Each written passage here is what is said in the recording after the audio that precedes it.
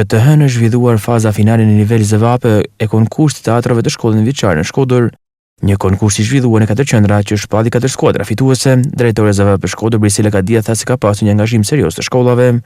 Sot zhvillohet faza finale e konkursit të teatrove mes shkollave nëntëvjeçare.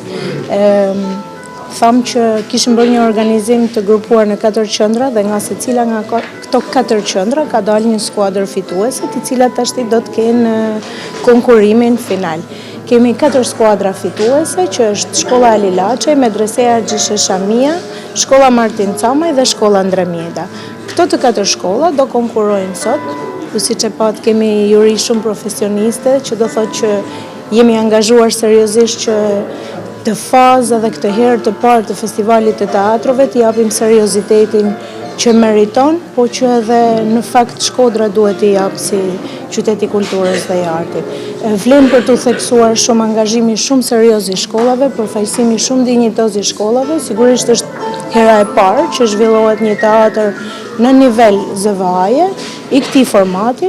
Vitin tjetër ne kemi pritshmëri që sigurisht do jetë një traditë tashmë, por ama kemi pritshmëri që numri i shkollave që do përfaqësohen do jetë edhe më i lartë.